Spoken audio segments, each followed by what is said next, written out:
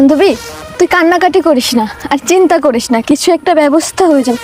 এই বান্ধবী দাঁড়া, দেখ দেখ বিজ্ঞাপনটা দেখ, কাজের বুয়া চাই, কারোর একজনের কাজের বুয়া দরকার।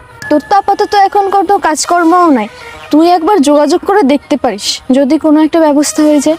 শেষ পর্যন্ত কি না আমাকে কাজের বুয়ার কাজ করতে হবে? এই ছিল আমার কপালে, এটাই মনে হয় আমার জন্য যোগ্য শাস্তি। এই বান্ধবী কি ভাবতেছিস?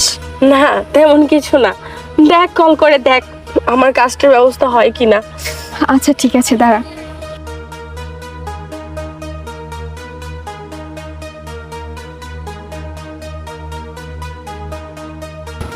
হ্যালো, আসসালামু আলাইকুম।